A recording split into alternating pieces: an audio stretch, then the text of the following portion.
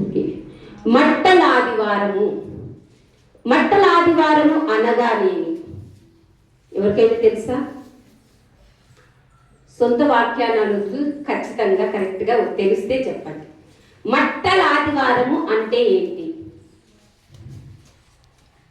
మట్టల ఆదివారము అంటే యేసుక్రీస్తు వారు సమస్త మానవాళి కొరకు, భూమి మీద ఉన్నటువంటి మనుషులందరి కొరకు పాప ప్రక్షాళన నిమిత్తము సిలువ వేయుటకు యెరూషలేములోనికి జయప్రవేశము చేయుటయే మట్టల ఆదివారము అంటారు. అంటే యేసు ప్రభు స్వయంగా మనుషులందరి కొరకు, అంటే నీ కొరకు, నా కొరకు, మన కొరకు, చర్చికి వచ్చే వాళ్ళ కొరకు కాదు, కానీ సర్వ సృష్టిలో ఉన్నటువంటి కోట్ల మిలియన్ మంది మనుషులు ఎంతమంది అయితే అందరి కొరకు పాప ప్రక్షాళన చేయుటకు, పాపము నుంచి వారిని విమోచించడానికి సిలువ వేయించుకొనుటకు, సిలువలో మరణించుట కొరకు ఆయన స్వయంగా ఏం చేశారు తెలుసా? యెరూషలేమునకు జయప్రవేశం చేయుటనే మట్టల ఆదివారము అంటారు. అంటే మరణించవలసి వస్తుందని తెలిసి కూడా తన ప్రజల కోసము వారి యొక్క పాపము నుండి వారిని విడిపించడానికి ఆ ప్రాంతానికి వెళ్తే, ఆ యెరూషలేముకి వెళ్తే చంపబడతాడని తెలిసి కూడా ఆయన ఏం చేశాడు? అక్కడికి ప్రవేశపెట్టాడు. అంటే వెళ్ళాడనమాట. 6 రోజులకు ముందే యెరూషలేముకి వెళ్ళాడు. అంటే ఇంకా 6 రోజుల తర్వాత ఆయన ఏం చేస్తారు? పట్టుకుంటారు. పట్టుకొని చిత్రహింసలు పెట్టి అన్యాయపు తీర్పు తీర్చి సిలువ మరణాన్ని విధించి సిలువలో ఆయనను సిలువ వేసి చంపేస్తారు. అయితే 6 రోజులకు ముందు జరుగుతున్నటువంటి ఈ యొక్క పండుగను ఏమంటారు తెలుసా? మట్టల ఆదివారము అంటారు. అయితే ఎందుకు యేసు ప్రభువు చనిపోతాడని తెలిసి కూడా, ఎందుకు ఆయన ఆ ప్రాంతానికి వస్తే చంపేస్తారని తెలిసి కూడా ఎందుకు అక్కడికి వస్తున్నాడు? అసలు రావాల్సిన అవసరం ఏముంది? అక్కడ మరణం ఉందంటే మనం వెళ్తామా చెప్పండి? చంపే వాళ్ళు ఉండాలంటే వెళ్తామా? ఇంకా చనిపోతావు అనేది విషయం తెలిసినా కానీ వెళ్తామా? కానీ యేసు ప్రభు చూడండి, యెరూషలేమునకు వెళ్తే చంపబడతారని తెలుసు, పట్టుకుంటారని తెలుసు, అన్యాయపు తీర్పు తీర్స్తారని తెలుసు, అన్ని తెలిసి కూడా ఏం చేశాడు? యెరూషలేమునకు ప్రయాణమై వెళ్తున్నాడు. యెరూషలేములో అడుగు పెడుతున్నాడు. యెరూషలేము తట్టు తన ప్రయాణాన్ని కొనసాగుతున్నాడు. ఇంకా 6 రోజులలో ఉంటే ఆయనను చంపేస్తారు. ఇవన్నీ యేసు ప్రభుకు తెలిసి కూడా ఏం చేస్తున్నాడు? యెరూషలేమునకు వెళ్తా ఉన్నాడు. అసలు ఈ మట్టల ఆదివారం రోజున యేసు ప్రభు యెరూషలేమునకు ఎందుకు వెళ్తున్నాడు? అసలు ఈ రోజు ఎందుకు వెళ్ళాలి? 6 రోజుల ముందుకు ఎందుకు వెళ్ళాలి ఆయన? అసలు కారణం ఏంటి? అసలు తెలిసి తెలిసి తెలిసి తన మరణాన్ని ఎందుకు తెచ్చుకుంటున్నాడు? చనిపోవడానికి ఎందుకు సిద్ధపడుతున్నాడు? కొన్ని వాక్య భాగాల్లోంచి మనము ధ్యానం చేద్దాం. ఎందుకు ఆయన యెరూషలేమునకు వెళ్తున్నాడు అనే మాటలు మనం ధ్యానం చేసినట్లయితే, మత్తయి సువార్త 21వ అధ్యాయము 4-5 వచనాలను చదువుతాం. ప్రవక్త వలన చెప్పబడినది నెరవేరినట్లు ఇది జరిగేను. అది ఏంటంటే, ఇదిగో నీ రాజు సాత్వికుడై గాడిదను భారవాహిక పశువు పిల్ల అయినటువంటి చిన్న గాడిదను ఎక్కి నీ యొద్దకు వచ్చుచున్నాడని అనున్నది. చాలు చూసారా? 4-5 వచనాలలో చూస్తే ఎందుకు ఆయన యెరూషలేమునకు వస్తున్నాడంటే, ఎందుకు ఆ రోజుల ముందే యెరూషలేములో ప్రవేశించాడు అంటే, వచ్చాడు అంటే, నెంబర్ 1 ఏంటి తెలుసా? ప్రవచనములు నెరవేర్చుటకు. ఎప్పుడో కొన్ని వేల సంవత్సరాల కిందటనే, కొన్ని సంవత్సరాల కిందటనే ప్రవర్తన ద్వారా చెప్పబడింది. ఆయన యెరూషలేముకు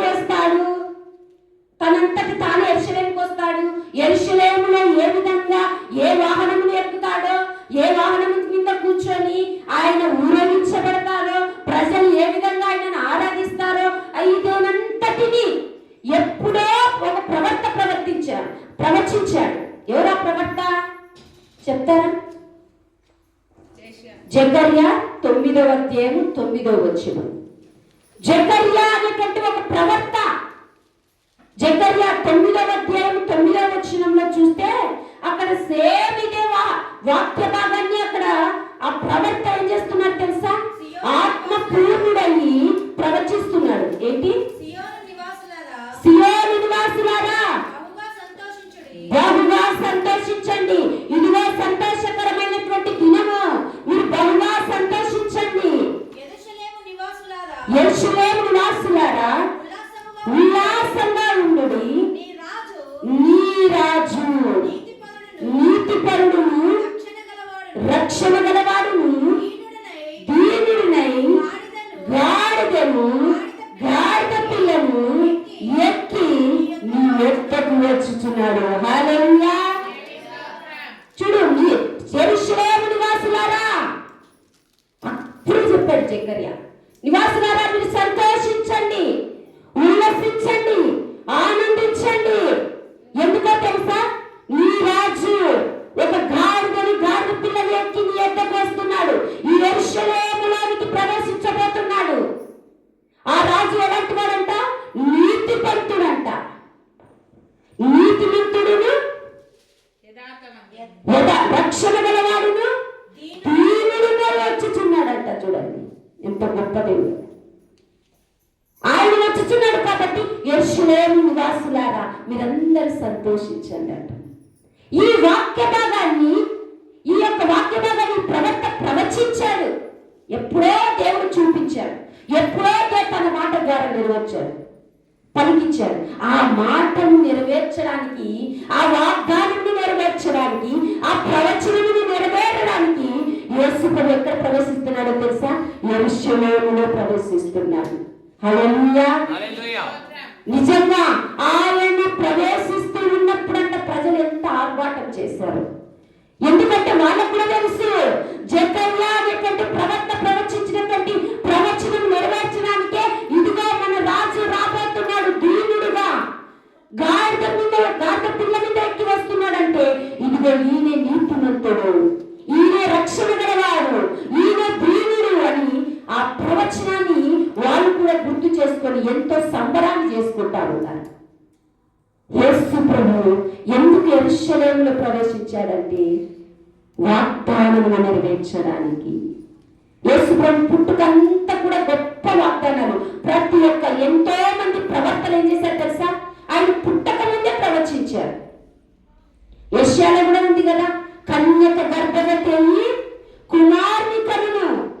ఆ వాగ్దానం యేసు ప్రభువు మరియమ్మ కన్యకలో ఏం చేశాడు? జన్మించాడు, వాగ్దానం నెరవేర్చాడు. ఆయన పుట్టుకను గురించి ఎప్పుడో ప్రవక్తలు ప్రవచించారు.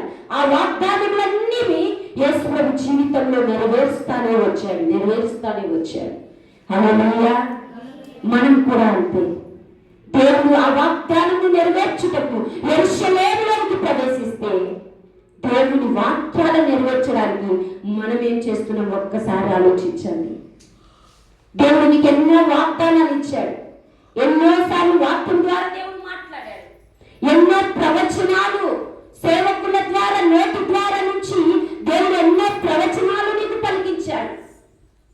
కానీ వాటన్నిటి విషయంలో నువ్వు కట్టుబడి జీవిస్తున్నావా లేదా ఒక్కసారి ఆలోచించుకోండి. ఎన్నో ప్రవచనాలు దేవుడు మనతో మాట్లాడు. నా జీవితంలో కూడా అంటే వివాహం కాలేదు కానీ బైబిల్ ట్రైనింగ్ అయిపోయింది. బైబిల్ ట్రైనింగ్ అయిపోయి ఒక మీటింగ్కి వెళ్ళాను. ఆయన పాస్టర్ గారు పొద్దుటూరులో ఉన్నారు, చనిపోయాడు ఇప్పుడైతే, దినకరన్ అని. ఆయన చర్చికి వెళ్తా ఉన్నాను. ఒక సేవకుడు వచ్చాడు, మీటింగ్ జరుగుతుంది. మీటింగ్ జరిగితే అందరూ లైన్గా వెళ్ళి ప్రార్థన చేయించుకుంటున్నారు. నేను ఒక్కదాన్ని చేయించుకోలేదు. నేను ఎవరితో వాళ్ళకి ప్రార్థన చేయించుకున్నట్టుగా వెళ్ళలేదు. వాళ్ళందరూ చేయించుకుని నాకేం లేదన్న. మా అక్క, మా అన్న, మా వదిన, మా వాళ్ళ పిల్లలందరూ చేయించుకున్నారు. నేను చాలా దూరంగా ఉంటాను, స్పెషల్గా ప్రత్యేకంగా ఇలాగ నిలబడుకోని చూస్తూ ఉంటాను. నేను ట్రైనింగ్ అయిపోయి వచ్చానప్పుడు వస్తే అందరికీ ప్రార్థన చేశాడు. ఆయన ఒక్కొక్కరికి ఒక్కొక్క ప్రవచనం చెప్తున్నాడు.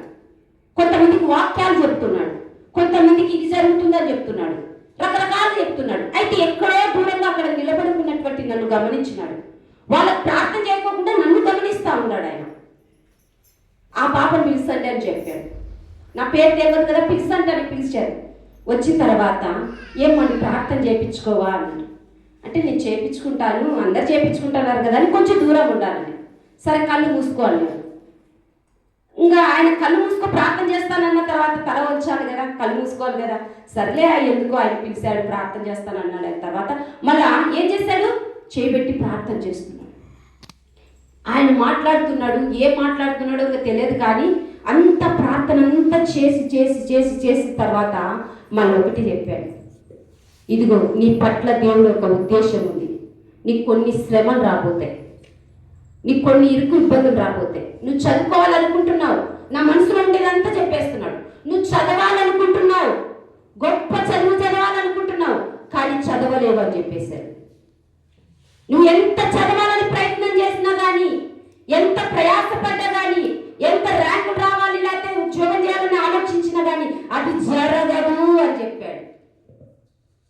ఎందుకంటే నీ ఆలోచన వేరు, దేవుని ఆలోచన వేరు. నువ్వు గొప్ప సేవకురాలు అయిపోతున్నావు అని చెప్పాడు. హల్లెలూయా.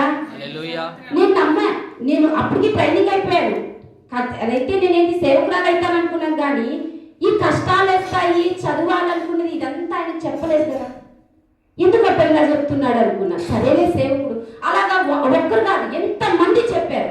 అప్పుడు నేను ఆలోచించాను, నా చదువు కాదు ముఖ్యం, నేను చదువు స్టాప్ చేసేస్తాను, మధ్యలోనే స్టాప్ చేసేస్తాను, నేను చదువుకోను. దేవుడు వాగ్దానం ఇచ్చాడు, ఆ వాగ్దానాన్ని బట్టి నేను సేవకురాలు అవుతాను కాబట్టి నేను సేవకునే వివాహం చేసుకుంటాను.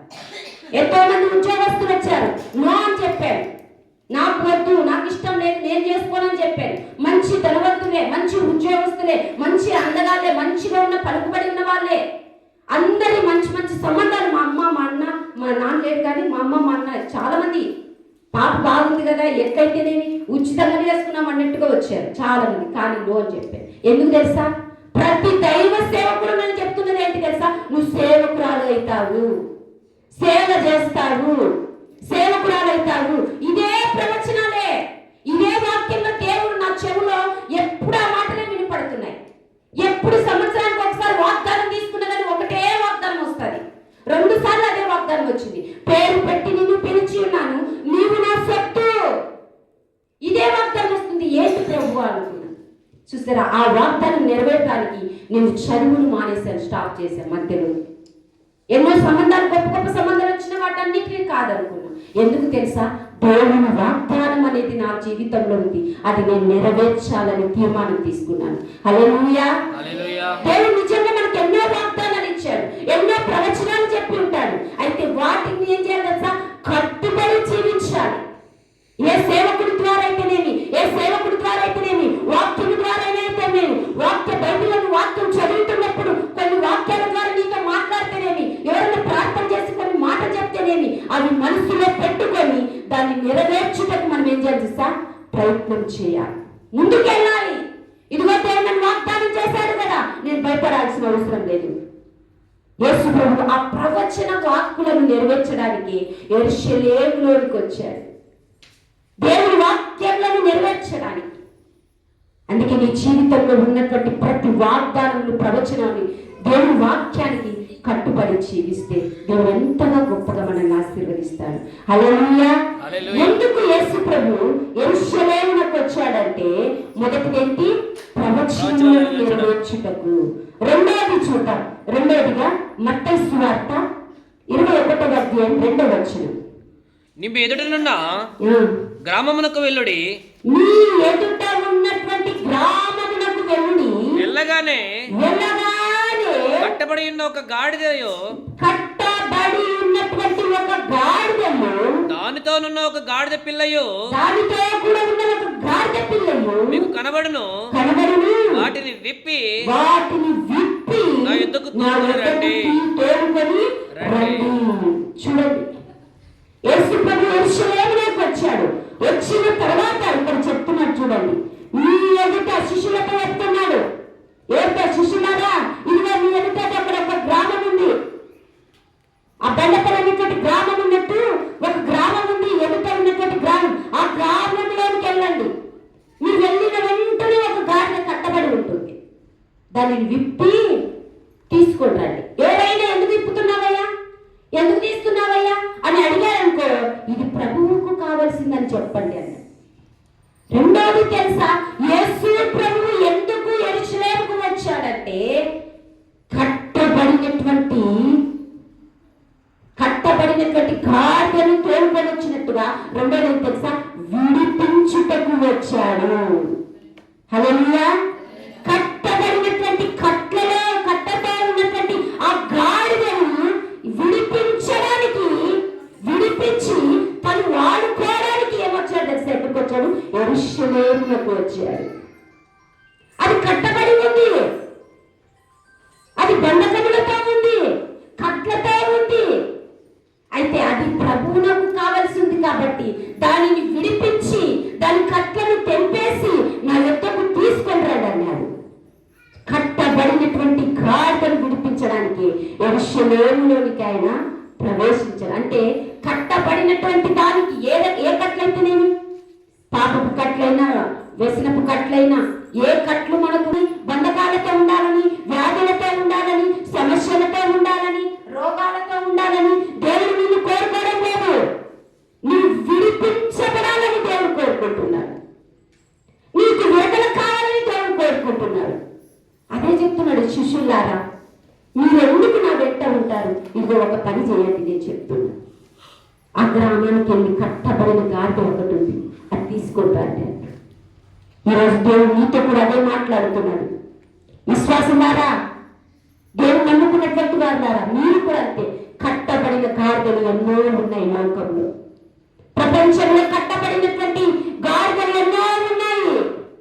వాటి దగ్గరికి వెళ్తున్నామా?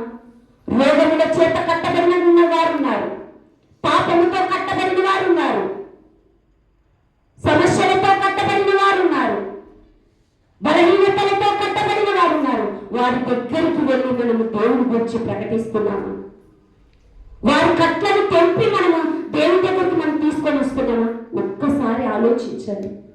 శిష్యులకు అప్పగించినటువంటి పనిని దేవుడు మనకు కూడా అప్పగించారు. మత్తయి సువార్త 28వ అధ్యాయం లాస్ట్ వచనంలో చూస్తే, మార్కు సువార్త 16వ అధ్యాయంలో చూద్దాం. మార్కు సువార్త 16వ అధ్యాయంలో 16వ వచనం 15వ వచనం చూస్తే అక్కడ దేవుడు చెప్తున్నారు చూడండి, మరియు మీరు సర్వలోకమునకు వెళ్ళి సర్వ సృష్టికి సువార్తను ప్రకటించండి. ఏంటా సువార్త? యేసు ప్రభు మీ కొరకు మరణించాడు, యేసు ప్రభు మీ కొరకు వచ్చాడు, యేసు ప్రభు మీ కొరకు రక్తం కార్చాడు. మంచి సువార్త. సువార్త అంటే ఏంటి తెలుసా? యేసు క్రీస్తు యొక్క జనన, జీవిత, మరణము, పునరుత్థానము, ఈ నాలుగిటిని చెప్పడమే సువార్త అంటారు. ఆయన ఎలా పుట్టాడో చెప్పాలి, ఆయన ఎలా బ్రతికాడో చెప్పాలి, ఆయన ఎలా ఎందుకు మరణించాడో చెప్పాలి, ఆయన ఎందుకు తిరిగి లేచాడో చెప్పాలి. అదే సువార్త. మీరు సర్వ సృష్టికి వెళ్ళి సువార్త ప్రకటించండి. శిశులారా, కట్టబడిన గాడిదను మీరు విప్పిన దగ్గరికి తోలుకుంటారు అన్నట్టుగా మీరు సర్వ సృష్టికి వెళ్ళండి. కట్టబడిన గాడిదలు ఎన్నో ఉన్నాయి, కట్టబడిన జీవితాలు ఎన్నో ఉన్నాయి, కట్టబడిన వారు ఎంతో మంది ఉన్నారు. వారిని నా యొద్దకు తీసుకొని రండి. వారు నాకు కావాలి, వారు నాకు కావాలి, కావలసి ఉన్నది. మీరు చేయవలసిన పని మీరు చేయండి. దేవుడు ఈ రోజు కూడా మనతో అదే మాట్లాడుతున్నాడు. సర్వ సృష్టికి వెళ్ళలేకపోయినా మన గ్రామంలోనైనా, కనీసం గ్రామమంతా తిరగలేకపోయినా మన పక్కన ఉన్న మన బంధువులైనా, స్నేహితులైనా, తోటి వారినైనా, పొరుగు వారికైనా మనం ఏం చేయాలి తెలుసా? కనీసం మంచి సువార్త. మీ మాటలు వద్దు, మీ జీవితాల గురించి వద్దు, వాళ్ళ గురించి వీళ్ళ గురించి వద్దు, ఆ సోద ఈ సోద కాదు. దేవుని మాటలు, కొన్ని మాటలు చెప్పండి. నిజంగా ఎంతమంది ఉండాలని ఇచ్చారు బలహీనతలతో. ఒక్కసారైనా, సంవత్సరానికి ఒక్కసారైనా హాస్పిటల్ సందర్శిస్తున్నారా? మీరు ఒకసారి ఆలోచించండి. వెళ్ళండి. ఈ రోజు నుంచి ఒక తీర్మానం తీసుకొని సంవత్సరంలో ఒక్కసారైనా, లేకపోతే మీకు వీలుంటే నెలకు కానీ, 2 నెలలకు కానీ, 3 నెలలకు ఒకసారి కానీ ఒక హాస్పిటల్కి వెళ్ళండి. ఏ హాస్పిటల్ అన్నా కానీ వెళ్ళి ఒక్కసారి అక్కడ ఉన్నటువంటి రోగులందరినీ ఒక్కసారి పలకరించి చూడండి, కదిలించి చూడండి. ఎంత బాధలు ఉంటాయో, ఎంత వేదన ఉంటుందో, ఎంత నరకాన్ని అనుభవిస్తూ ఉంటారు. మనం ఇంట్లో కూర్చొని అర్థం కావడం ఈ పరిచర్య చేయాలని నాకు చాలా రోజుల నుంచి ప్రార్థన చేస్తున్నా. ఇప్పటికీ ఆల్రెడీ ఫోన్ కాన్ఫరెన్స్లో చేస్తున్నా. హాస్పిటల్ పరిచర్య, జైలు పరిచర్య, అనాథల పరిచర్య, బస్టాండ్లలో ఇక్కడ పేదలు ఉంటారు కదా వాళ్ళ పరిచర్య, గుడారాలలో పరిచర్య, ఇవన్నీ చేయాలి. మనం ఇప్పుడున్న పరిస్థితులలో కొంచెం ఇబ్బందికరంగా ఉండి మనం వెళ్ళలేకపోతున్నాం. కానీ రాబో దినాలలో ఖచ్చితంగా ఈ సంఘంలో ఇలాంటి పరిచయం నేను స్టార్ట్ చేయబోతున్నాను. హల్లెలూయా. ప్రార్థన చేయండి. కట్టబడిన వారు ఎంతో మంది ఉన్నారు. వాళ్ళ దగ్గరికి వెళితే తెలుస్తుంది మనకు వాళ్ళు ఎలాంటి బంధకాలతో ఉన్నారు, కట్టబడి ఉన్నారు. అలాంటి వారిని మన ప్రభు దగ్గర నడిపించాలి. అలాంటి వారి కట్లను మనము విడిపించలేకపోయినా విడిపించగలిగిన దేవుడి దగ్గర వారిని మనము వారిని తీసుకొని వచ్చే వారంగా ఉండాలి. హల్లెలూయా. దేవుడు యెరూషలేముకు అందుకే వచ్చాడు, విడిపించడానికి. కట్టబడిన గాడిద ఉంది, ఆ గాడిదను తీసుకొని రండి. నాకు కావాలి, నాకు కావాలి, నాకు కావాలి. ప్రభువుకు కావాలంట. ఎవరైనా కోరుకుంటారా? విలువైనటువంటి మంచి అందంగా ఉన్నటువంటి వస్తువులనే కావాలనుకుంటారు. కానీ కట్టబడినది, పాడైపోయినది, అసలు గాడిదను ఎవరైనా కోరుకుంటారా? కోరుకుంటారు? చెప్పండి. నీకు గుర్రం కావాలా, గాడిద కావాలంటే ఏం కోరుకుంటావు చెప్పండి? గుర్రమే కావాలనుకుంటా. ఎందుకు గాడిద వద్దనుకుంటావు? దాని ఆకారం బాగుండదు, దాని ఒక గొంతు బాగుండదు, అది చూడడానికే ఒక రకంగా మన ఫేస్ ఎట్నో పెట్టేస్తాం. గుర్రాన్ని చూస్తే అబ్బా గుర్రం మీద కూర్చుంటే ఒక రాజులాగా రాణిలాగా ఉంటామని దర్జాగా ఏం చేస్తాం? గుర్రాన్ని కోరుకుంటాం. మరి దేవుడు చూడండి, ఒక గుర్రాన్ని తీసుకొని రండి అన్నాడా? లేకపోతే ఒక ఏనుగు తీసుకొని రండి అన్నాడా? లేకపోతే ఒక సింహాన్ని, లేకపోతే సింహాన్ని తీసుకురాలేదు, ఒక మంచి జంతువు తీసుకురాలి అని చెప్పినాడా? సింహాన్ని తీసుకొని వచ్చేది అంతే. భారాలను మోసేటువంటి ఒక వాహనము. ఆనాటి కాలంలో గాడిదనే ఒక వాహనంగా వాడుకునేవారు. అది అపవిత్రమైన జంతువు అయినప్పటికీ, అది అడవులలో ఎక్కువ ఉన్నప్పటికీ దాన్ని ఎక్కువగా ఏంటి తెలుసా? సాకవాళ్ళు తెలుసా? నా చిన్నప్పుడు సాకలోళ్ళు కూడా మా ఇంటికాడ గాడిదలు 2 ఉండేవి. వాళ్ళు ఎత్తుల బండ్లు అట్టండి ఏ వాహనాలు ఉండేవి కాదు. ఆ గాడిద పెద్ద పెద్ద మూటలు, ఇవాళ ఒక మూట, ఇవాళ ఒక మూట, మళ్ళీ మధ్యలో ఒక మూట పెట్టి దాన్ని తోలుకొని తీసుకొని పోతానే ఉంటారు 2 గాడిదలు. అప్పుడునే, ఇప్పుడు తక్కువ అయిపోయింది. ఇప్పుడు గాడిద కావాలన్నా మీకు దొరకదు, చూడాలన్నా దొరకదు. గాడిద పాలు కావాలంటారు పుట్టిన బిడ్డకు. ఊరంతా దేశాలంతా తిరిగేసి వచ్చినా కానీ ఆ గాడిద పాలు దొరకవు. అప్పుడు గాడిదని ఎప్పుడేమో గాడిద ముఖమా, గాడిద తోలేసేయి, గాడిద వచ్చేస్తుంది అని తిట్టి తిట్టి దాన్ని తరిమేస్తా ఉన్నారు. ఇప్పుడు గాడిద కోసమే ఎంపలాడుతున్నారు, గాడిద పాల కోసమే ఎంపలాడుతున్నారు. గాడిద పాలు తెలిసి అంతే అంత ఉంటాయి, 150 రూపాయలు 200 పిల్లల దగ్గరికి వస్తారు అంతే అంత. ఏమా నేను అడుగుతాను ఎప్పుడన్నా, ఇట్లా అన్నట్టు ఏమో కావాలంట, కావాలి కాదు, గాడిద పాలు తాగితే లాభం ఏంటి అని అడిగాను. చాలా ఉంటాయి మేడం, ఆయాసం పోతుంది, దగ్గు పోతుంది, రోగాలు పోతాయి, ఏమైనా బలహీనతలు పోతాయి, పుష్టి ఉంటారు, రకరకాలుగా ఏంటంటే చెప్పారు. నాకు వద్దులే అని చెప్పారు. అంటే అంత అందరం పుష్టిగానే ఉంటాం కదా, దానికి ఇంకా పుష్టిగా ఎందుకని. మా బ్యూలాకు కూడా చిన్నప్పుడు, మా బ్యూలాకు ప్రతి ఇద్దరికి నేను చిన్నప్పుడే తాపేసాను. చిన్నప్పుడు తాపితే కొంచెం ఒళ్ళు చేస్తుంది, బాగా అరుగుదల ఉంటుంది అనేసారు. చూసారా, అంత దాన్ని చూడండి, యేసు ప్రభు గాడిదనే కావాలని కోరుకున్నాడు. ఎవరు ఇష్టపడరు అసలు. ఎవరన్నా తిడితేనే వాళ్ళని తీసుకొని మళ్ళీ తిడతాం మనం. ఎవరన్నా గాడిద అనేది అనుకోండి, ఆ మాట అన్న వెంటనే ఏం చేస్తాం తెలుసా? మూతి మీద 2 వేసి కొట్టేస్తాం. నన్ను గాడిద అంటావా?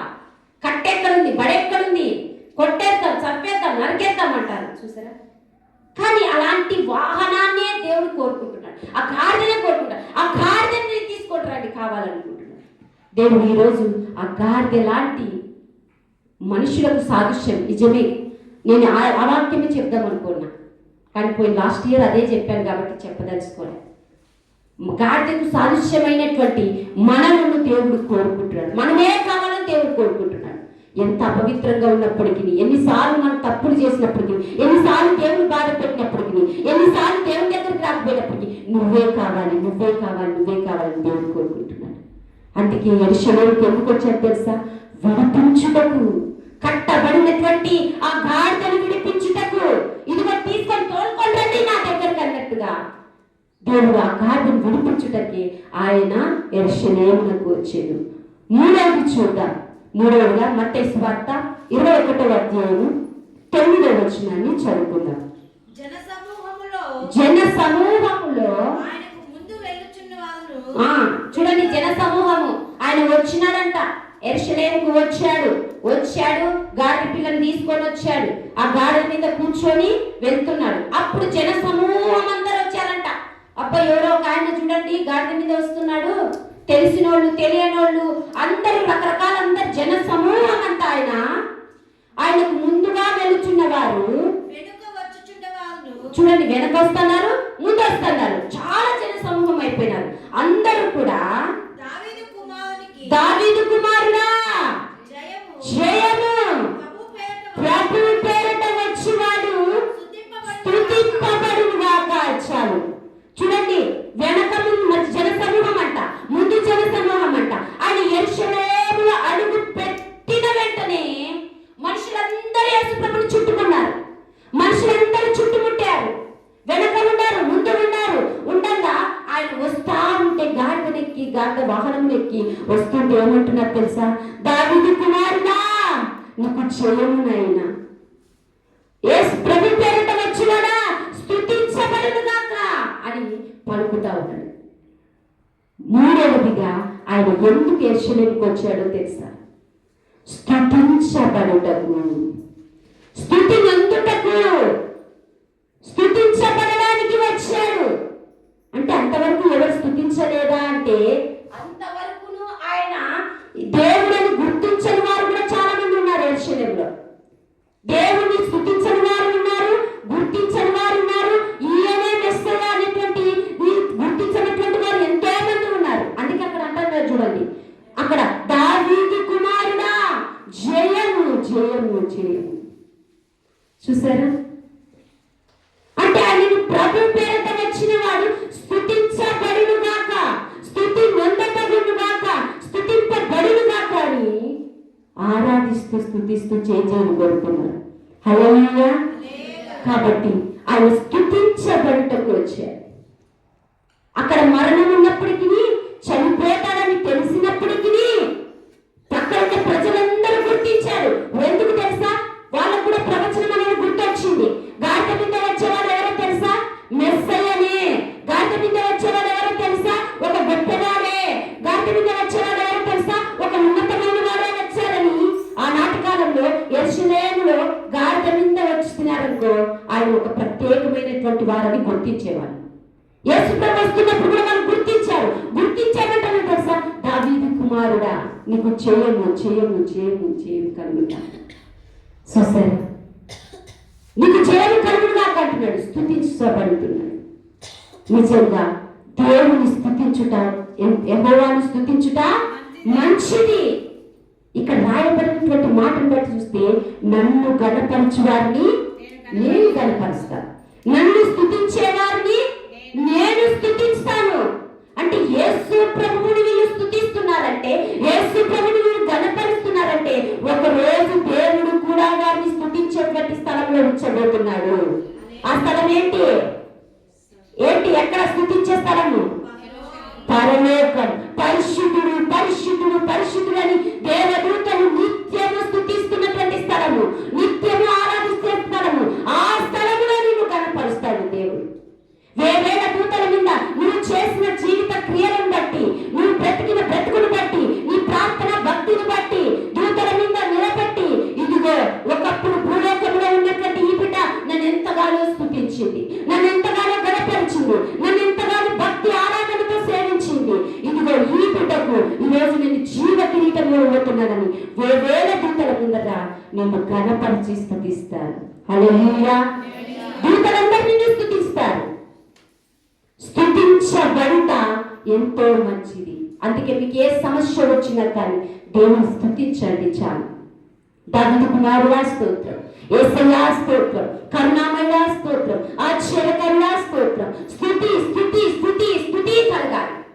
ఆయన వస్తూ ఉంటే ఇక్కడ అందరూ స్తుతులు చెప్తున్నారు. ప్రభువు పేరిట వచ్చిన వారికి స్తుతింపబడును గాక, దావీదు కుమారుడా జయము కలుగును గాక, హోసన్నా హోసన్నా జయము కలుగును గాక అని చూడండి. కింద సర్వోన్నతమైన స్థలములలో జయము కలుగును గాక అని ఏం చేస్తున్నారు?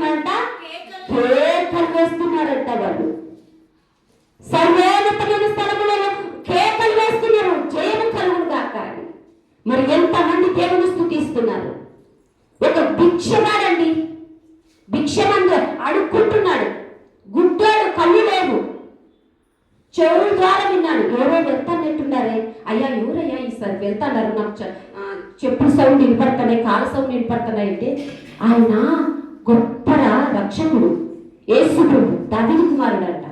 చాలా మంది రోగులను బాగు చేస్తున్నాడయ్యా, చాలా మందికి రోగాలు బాగు చేస్తున్నాడు. ఆయన వేరే గ్రామానికి పోతుంటే మేము కూడా ఆయన వెనకబడి పోతున్నామని చెప్పి ఆ భిక్షగాడిని గుడ్డిగాడికి చెప్పేసి వెళ్ళిపోతా ఉంటారు.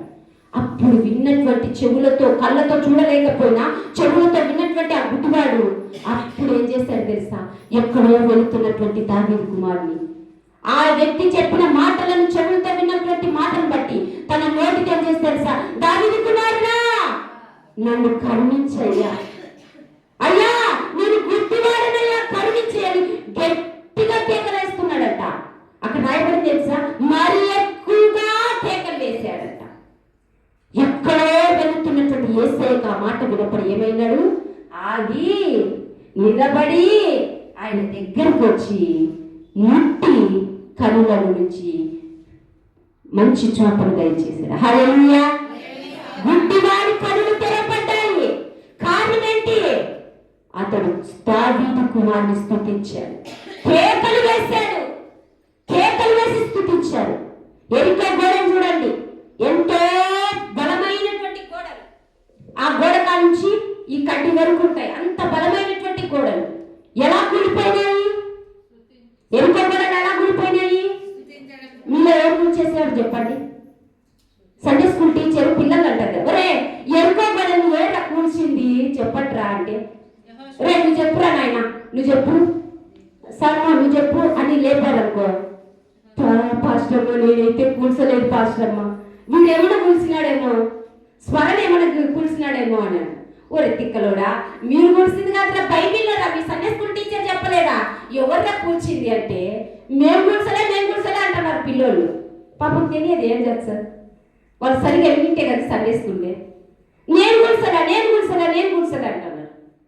లాస్ట్కు అర్నక్కలు అంటాడు, అమ్మ సండే స్కూల్ టీచర్ కదమ్మా, నువ్వన్నా చెప్పమ్మా ఎవరు కూల్చారంటే, పాపం వాళ్ళ పిల్లలులే పాస్టర్ అమ్మ, వాళ్ళని వదిలేసి ఎవరు కూల్చినారో నేను కనుక్కొని చెప్తానులే మళ్ళా అనిందంట అర్నక్క లాంటి టీచర్. అంటే అప్పుడేంటి అర్థము? టీచర్ కూడా లేదు ఎవరు కూల్చింది, చూసారా? కనుక్కొని చెప్తానంట ఏ పిల్లడు పడగొట్టినాడు అని.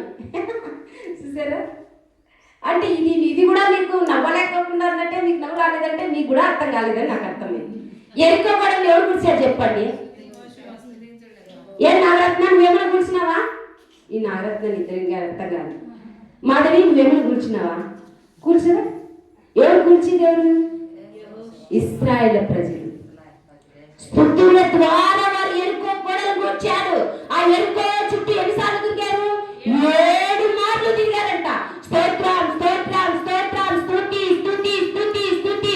ఎరుకో గోడలు కూర్చబడాలి, శత్రు సైన్యం ఓడిపోవాలని స్తుతిస్తూ ఎరుకో గోడలు చుట్టూ 7 మార్లు తిరిగి 7వ మారంట కుట్ట కూలిపోయిందంట. గట్టి చెప్పండి కొట్ట. హల్లెలూయా! చూసారా? 7 మార్లు ఒక్కసారిగా కుట్ట కూలిపోయింది. కారణం ఏంటో తెలుసా? దేవుని స్తుతించడం ద్వారా.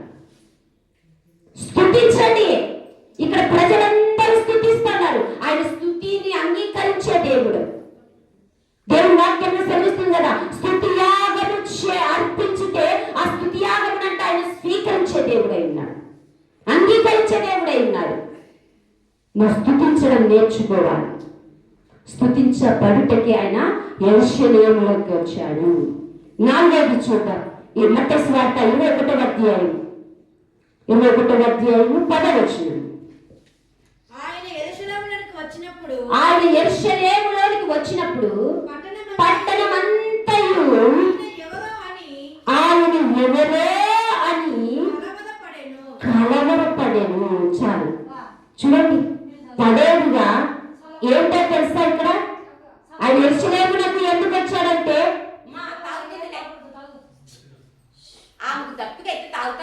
ఎందుకు ఊరికే కారణం. 4వది ఏంటో తెలుసా? కలవరమును తొలగించుటకు వచ్చాడు. అక్కడ ఏమంటున్నాడు? ఈయన ఎవరో చూడండి. అక్కడ ఏమన్నారు? 9వ వచనంలో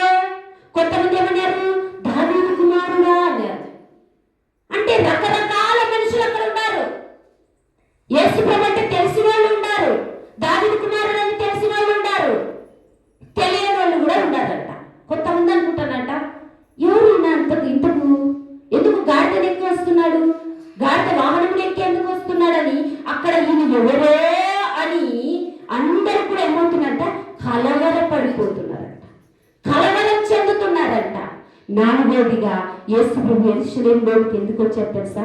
కలవరమును తొలగించడానికి.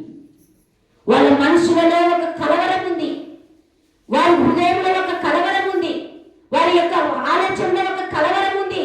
ఈయన ఎవరు? అసలు ఎందుకు వచ్చాడు గాడిదెక్కి? యెరూషలేముకి ఎందుకు వచ్చాడు? అసలు ఈయన ఎవరు ఎవరు ఎవరు ఎవరు ఎవరు అని వాళ్ళు కలవరపడిపోతున్నారు. ఆ కలవరమును తొలగించడానికి, నేను ఎవరినో అని నిరూపించుకోవడానికి, నేను ఎవరినో తెలియచేయడానికి యేసు ప్రభు ఎక్కడికి వచ్చాడు? యెరూషలేములోనికి వచ్చాడు. వాళ్ళు కలవరపడ్డారంట. అప్పుడు జనసమూహం 11వ వచనం చూడండి. జనసమూహం ఏమంటుంది? ఈయన గలిలయలోని నజరేయుడగు ప్రవక్త అయిన యేసు అని చెప్తుంది. చూసారా, చెప్తా ఉన్నారు. ఆయన ఎవరో అని కలవరపడుతుంటే చెప్తున్నాడు, నేను ఎవరినో తెలియదా మీకు? గలిలయలోని నజరేతు వాడైనటువంటి నజరేయుడైనటువంటి ప్రవర్తను కదా, నేను ప్రవర్తనైనాను, నజరేతు వాడిలో పుట్టినటువంటి వాడనైనానని తెలియజేస్తున్నారు. వారిలో ఉన్నటువంటి కలవరానికి, వారిలో ఉన్నటువంటి ప్రశ్నకు, వారిలో ఉన్నటువంటి ఆలోచనకు ఇక్కడ ఏం చేస్తున్నారు తెలుసా? జవాబుగా కింద వచనం ఉంది. ఈనాడు కలవరపడే వాళ్ళు ఎంతో మంది ఉన్నారు, కలక చెందేవాళ్ళు ఎంతో మంది ఉన్నారు, చింతించేవాళ్ళు ఎంతో మంది ఉన్నారు. కానీ నీ చింత యావత్తును, నీ కలవరమును, అందుకే యోహాను సువార్త 14వ వచనంలో ఉంది ఏముంది? మీ హృదయములను కలవరపడనీయకండి. దేవుని బిడ్డలారా, మీ హృదయాలను కలవరపడనీయకండి. ఎందుకు కలవరపడుతున్నారు అంటూ ఆ 14వ అధ్యాయంలోనే వస్తూ వస్తూ కిందకు వచ్చినట్టయితే, మీ తండ్రి ఇంట అనేకమైనటువంటి నివాసములు కలవు. ఇదిగో నేను వెళ్ళి మీకు నివాసాలను ఏర్పరుస్తాను, మీకు ఒక ఇల్లు కట్టిస్తాను పరలోకంలో. అక్కడికి వచ్చి చల్లగా ముందులేండి, మీరు అక్కడ హాయిగా ముందులేండి. ముందు కలవరపడకోకుండా మానేసేయండి. తిండి గురించి, చావు గురించి, రోగముల గురించి, బలహీనతల గురించి, బిడ్డల గురించి, సమస్యల గురించి, ఉద్యోగాల గురించి, పనుల గురించి ఈ కలవరాలన్నీ తొలగించండి.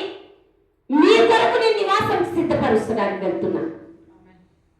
దేవుడు అదే చెప్తున్నాడు. ఈయన ఎవరో అనేది నువ్వు ముందు తెలుసుకో. ఆయన రక్షించే దేవుడు అని తెలుసుకో, ఆయన నిన్ను పోషించే దేవుడు అని తెలుసుకో, ఆయన నిన్ను కాపాడే దేవుడు అని తెలుసుకో, ఆయన నీ రోగాల నుంచి విడుదల చేసి స్వస్థపరిచే దేవుడు అని తెలుసుకో. ఇది తెలుసుకొని నీకు ఆ కలవరాన్ని నీ హృదయంలో నుంచి తొలగించేసి, అది తొలగించడానికే ఆయన యెరూషలేములోకి వెళ్తున్నాడు. అది తొలగించడానికే ఆయన మరణానికి సిద్ధమై వెళ్తున్నాడు. ప్రతి ఒక్కరిలో కలవరం కలవరం కలవరం కలవరం. ఏంటి నీ కలవరం? దేని గురించి కలవరపడుతున్నావు? దేని గురించి కలత చెందుతున్నావు? ఆయన ఎవరో నీకు తెలియదా? ఒకవేళ రోగం గురించి నువ్వు కలవరపడుతుంటే ఆయన స్వస్థపరిచే దేవుడని నీకు తెలియదా? ఒకవేళ కుటుంబం సమస్యలతో బాధపడుతుంటే నీ కుటుంబాన్ని పోషించే దేవుడని నీకు తెలియదా? అది తెలియడానికే నీకు దేవుడు ఈ లోకానికి మరణానికి సిద్ధమవుతున్నాడు. హల్లెలూయా. కలత చెందాకండి, కలవరపడాకండి, కన్నీరు కార్చాకండి, బాధపడాకండి, దేని గురించి చింతించాకండి. ఆకాశ పక్షుల కంటే మీరు శ్రేష్ఠులు కాదా? సర్వ సృష్టిలో ఉన్నటువంటి వాటి కంటే మీరు ప్రాముఖ్యులు కాదా? తన స్వరూపంగా చేసుకున్నటువంటి మీకు ఏ రోజైనా దేవుడు కొరత చేస్తాడా? అందుకే మత్తయి సువార్తలో ఉంది, ఒక తండ్రినంట ఒక కుమారుడు చేపనడిగితే పాముని ఏమైనా ఇస్తాడా? రొట్టెనడిగితే రాతిని ఏమైనా ఇస్తాడా? రాయిని ఏమైనా తెచ్చిస్తాడా? ఇయ్యడు కదా. చేపనడిగితే చేపనే ఇస్తాడు, రొట్టెనడిగితే రొట్టెనే ఇస్తాడు, డబ్బులంటే డబ్బునే ఇస్తాడు కదా. ఈ లోకపు తండ్రి అంత మంచి మనసుతో ఇచ్చే మరి పరలోకపు తండ్రి ఎంత మంచోడు, ఆయన ఎందుకు ఇస్తాడండి కష్టాలు? ఆయన ఎందుకు ఇస్తాడు నీకు విరోధంగా వేరేది? నువ్వు ఏది అడుగుతావో అంతకంటే మీరు అడుగుడి నిశ్చయముగా నేను ఇస్తాను. ఎలా తెలుసా? ఊహించు వాటికంటే అంతనంత అత్యధికంగా దేవుడు ఇస్తాడంట. ఎఫెసీయులకు రాసిన పత్రికలో ఉంది, ఊహించు వాటికంటే, అడుగు వాటికంటే, ఊహించు వాటికంటే అత్యధికంగా దేవుడు చేసేటువంటి వాడు. మరి ఇంత గొప్ప వాగ్దానాలు, ఇంత గొప్ప దేవుణ్ణి ఈయన ఎవరో తెలిసి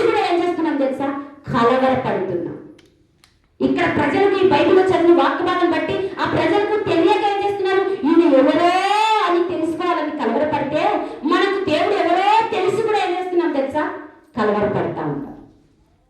ముందు మనలో ఉన్న కలవరాన్ని తీసివేయాలి. ఆ కలవరానికంటే ముందుగా దేవుడు ఏమై ఉన్నాడో ముందు నువ్వు తెలుసుకో. పోషించే దేవుడు, భర్తగా ఉండే దేవుడు, సహాయం చేసే దేవుడు, ఆదరించే దేవుడు, కష్టాలలో మనతో ఉండే దేవుడు, మనకు తోడుగా ఉండే దేవుడు, నడుస్తున్నప్పుడు మనతో నడిచే దేవుడు. ఈయన గురించి తెలిసి కూడా కలవరపడుతూ ఉన్నావంటే నిజంగా నువ్వు ఆయన బిడ్డవు కాదు. మన బిడ్డలు, కడుపున పుట్టిన బిడ్డలు ఎప్పుడు ఏం కావాలో మా అమ్మ చేసి పెడుతుంది లేని ధైర్యంగా తిని పండుకుంటారు. అంతే కదా? ఎందుకు?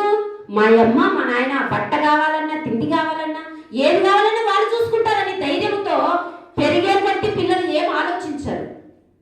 ఎందుకు? ఈ లోకపరమైన తండ్రికి తెలుసు నాకు ఏం కావాలని. మరి అంతకంటే పరమ తండ్రి అయినటువంటి దేవుడు మన యొక్క ప్రతి ఒక్క అవసరతను తీరుస్తాడు. అందుకే కలవరపడకోకుండా, కలవరాన్ని మన హృదయంలో నుంచి తీసివేసి కలవరాన్ని తొలగించే దేవుడి వైపు మన మనసును తిప్పినట్టయితే దేవుడు ఖచ్చితంగా మనకు అన్నిటిని సహాయం చేస్తాడు. ఆయన కలవరమును తొలగించుటకే వచ్చేది. ఐదవదిగా చూద్దాం. 5వ 12 యేసు దేవాలయంలో ప్రవేశించి, అంటే దేవాలయం ఎక్కడుంది? యెరూషలేములోనే ఉంది. దేవాలయంలో ప్రవేశించి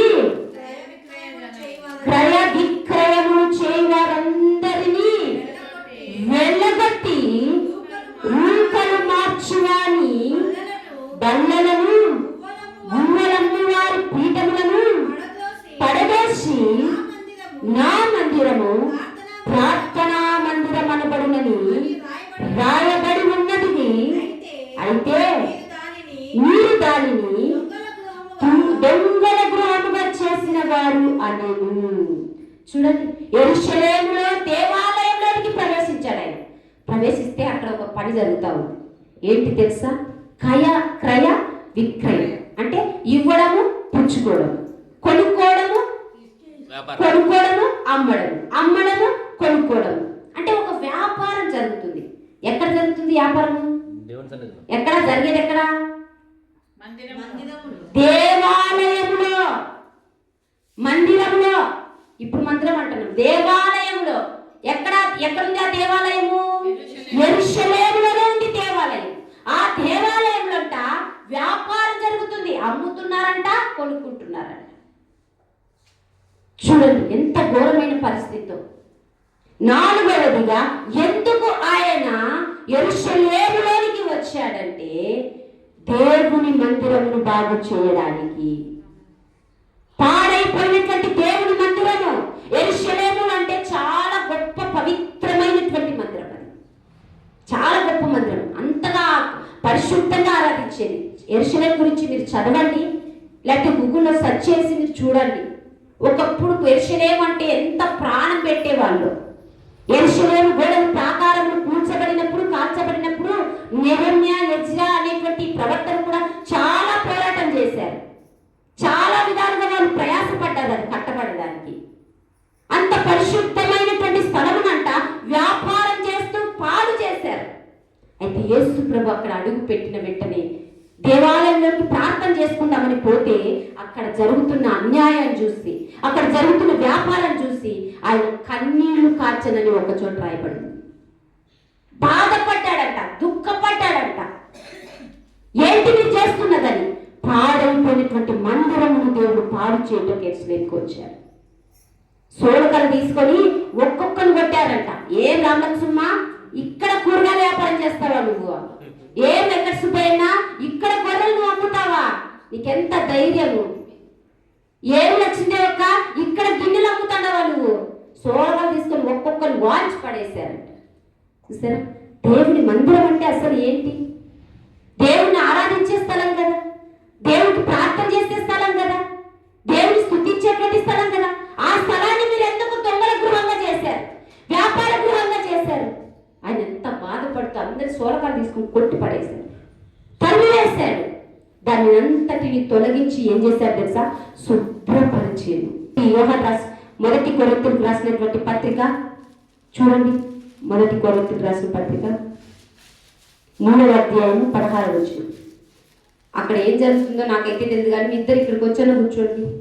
మీ ఇద్దరు లక్ష్మక్క ఇక్కడికి వచ్చేసి కూర్చోండి. మీరు దేవుని ఆలయమై ఉన్నారని, మీరు దేవుని ఆలయమై ఉన్నారని దేవుని ఆత్మ మీలో చూడండి, బాగా గమనించండి. మీరు దేవుని ఆలయమై ఉన్నారు, దేవుని ఆత్మ మీలో నివసించుతున్నారని మీరు ఎరుగరా?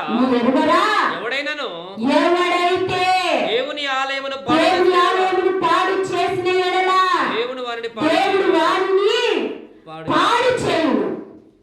వీళ్ళు చేస్తుంది ఏంటి? దేవుని ఆలయాన్ని పాడు చేస్తున్నారు, వ్యాపారం చేస్తున్నారు, క్రయ విక్రయములు ఇచ్చుకుంటున్నారు, పుచ్చుకుంటున్నారు, కొంటున్నారు, తీసుకుంటున్నారు, వెళ్తున్నారు, భయంకరమైన వ్యాపారం చేస్తున్నారు. అయితే దానిని పాడు చేశారంట. దేవుని వాక్యం చేసిన నా దేవుని మందిరమును ఎవరైతే పాడు చేస్తారో, నా దేవుని మందిరమును ఎవరైతే వ్యాపారం చేస్తారో, నా దేవుని మందిరంలో ఎవరైతే క్రయ విక్రయములు చేస్తూ అంటారో వారిని నేను కూడా పాడు చేస్తాను. ఎందుకు పాడు చేస్తాడు? అది ఆరాధించే స్థలం కదా, అది పరిశుద్ధమైన స్థలం కదా, దేవుడు కలుసుకునే సమయం కదా, దేవుడు మాట్లాడే స్థలం కదా. ఆ యొక్క స్థలాన్ని ఏం చేస్తున్నారు తెలుసా? వ్యాపారంగా మారుస్తున్నారు కాబట్టి, పాడు చేశారు కాబట్టి నేను కూడా పాడు చేస్తానంటున్నాను. ఈనాడు దేవుని ఆలయం ఎవరో తెలుసా? ఇందాక చదివాం కదా, ఎవరంట? మీరు దేవుని ఆలయమై ఉన్నారు. మీకు తెలియదా? దేవుడు ఈ లోకపరమైనటువంటి ఉన్నటువంటి ఆలయాలలో కాదు, కానీ గుడి అనేటువంటి ఆలయంలో నివసించేవాడు. ఎవరైతే నీ హృదయాన్ని అయితేనేమి, నీ జీవితాన్ని అయితేనేమి, ఈ ఆలయాన్ని, ఆలయం అంటే ఏంటి? మనమే దేవుని ఆలయము. మనం ఎప్పుడైతే మనం పాడు చేసుకుంటామో, పాడు చేస్తామో, దేవుడంట మనల్ని కూడా పాడు చేస్తాను. అంతే చూడండి, నా దేవుని మందిరము పాడు చేసిన వాడిని నేను పాడు చేస్తాను అంటే ఏంటి? నువ్వు ఈ శరీరాన్ని, ఈ దేహాన్ని, దేవుడిచ్చిన శరీరాన్ని నువ్వు పాడు చేసావనుకో, ఆకు తింటూ, మందు తాగుతూ, చీకటి తాగుతూ, గుట్కాలు వేసుకుంటూ, రకరకాలుగా చేసినది పాడు చేసావనుకో, దేవుడు నీ జీవితం కూడా పాడు చేస్తాడు. ఎలా చేస్తాడు? ఇవ్వబడం తన్ని కట్టేస్తే ఎక్కడ నిత్య నరకంలో నింపాడు, నాశనములకు అక్కడికి వెళ్ళిపోతాం, నిత్య నరకంలోనికి. అందుకే దేవుని ఆలయంలో దేవుడు ఉండాలి, దయ్యాలు గారు ఉండాల్సింది. దేవుని ఆలయంలో దేవుడు ఉండాలి, లోకంలో ఉండేది కాదు, ఉండాల్సింది. దేవుని ఆలయంలో దేవుడు ఉండాలి. దేవుని ఆలయాన్ని పాడు చేసేది కాదు, ఉండకూడదు. అందుకే జ్ఞాపకం చేసుకోండి, మన ఆలయమై ఉన్నాం, దేవుని ఆలయం.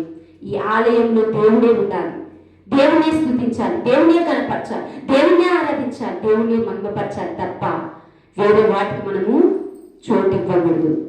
ఒకవేళ నీ హృదయంలో కానీ, నీ జీవితం కానీ ఏ దానికైనా బానిసైపోయి, దేనికైనా కట్టుబడి, దేనినైనా పాడు చేసేట్లు నీలో ఉంటే వాటిని తీసేసుకో. నువ్వు దేవుని ఆలయం అయినటువంటి హృదయము, నీ జీవితము. అందుకే ఉంది కదా, మీరు మీ సొత్తు కాదు, ఏమైందారట? దేవుని సొత్తు ఉన్నారంట.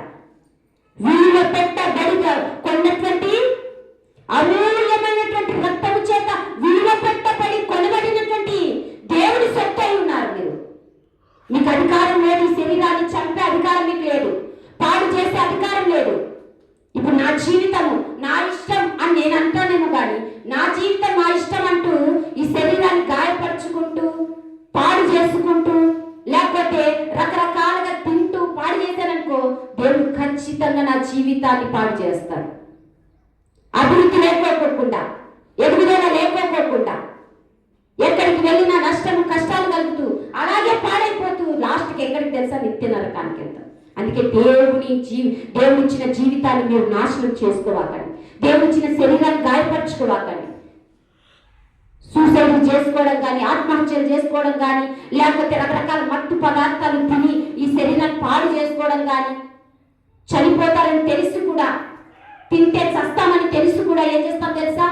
సాతాను స్వభావం ద్వారా ప్రేరేపింపబడి వాటన్నిటిని తీసుకొని దేవుడిచ్చిన ఈ ఆలయాన్ని, దేవుడిచ్చిన ఈ శరీరాన్ని, దేవుడిచ్చిన ఈ బ్రతుకును, దేవుడిచ్చినటువంటి ఆయుష్ను ఏం చేస్తాం తెలుసా? మనంతట మనమే పాడు చేసుకొని తగ్గించుకుంటా ఉంటాం.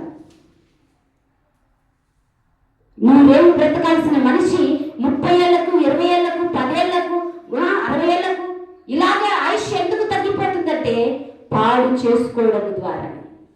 పాడైనటువంటి మందిరాలను బాగు చేయడానికి యేసు ప్రభు యెరూషలేములో ప్రవేశిస్తున్నాడు. నీ జీవితాన్ని ఆయనకు సమర్పించుకో.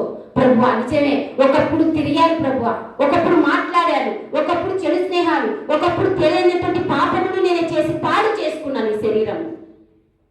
అనేకులకు ఈ పాడు చేసుకున్నటువంటి ఈ శరీరాన్ని సజీవయాగం. అందుకే రోమపత్రిక 12:1 ఈ లోక మాన్యము అంటకోకుండా అంట సజీవయాగంగా. అంటే ఏంటి? చేతులు ఒక్కటే సమర్పించుకోండి, కాళ్ళు ఒక్కటే సమర్పించుకోండి అని ఉందా? సంపూర్తిగా సజీవయాగం అంటే ఏంటి? తల మొదలుకొని అరికాల వరకు సజీవయాగంగా దేవునికి సమర్పించుకోవాలంట. ఎవరికో కాదు నీ హృదయం ఇవ్వాల్సింది, ఎవరికో కాదు నీ చేతులు ఇవ్వాల్సింది, ఎవరి దగ్గరకో కాదు నీ కాలు పరిగెత్తాల్సింది, దేవునికి దగ్గరికి రావాలి. హల్లెలూయా. అందుకే ఆయన పాడైనటువంటి మందిరము బాగు చేయడానికి యెరూషలేముకు వచ్చాడు.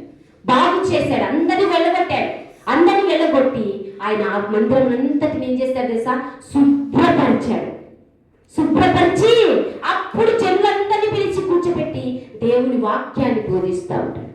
నీ జీవితం కూడా పాడైన జీవితం దేవుని చేతిలో పెడితే ఆయన ఒక ఆరాధన స్థలంగా ఉండిపోతాడు. నీ జీవితంలో ఆయన ఒక మహిమగల స్థలంగా నీ హృదయంలోనికి వస్తాడు, నీ జీవితంలో ఉండిపోతాడు. హల్లెలూయా. ఆయన యెరూషలేముకి ఎందుకు వచ్చాడు? 5 విషయాలు మనం తెలియజేసుకున్నాం. మొదటిదేంటి? ఆయన యెరూషలేముకి వచ్చాడు.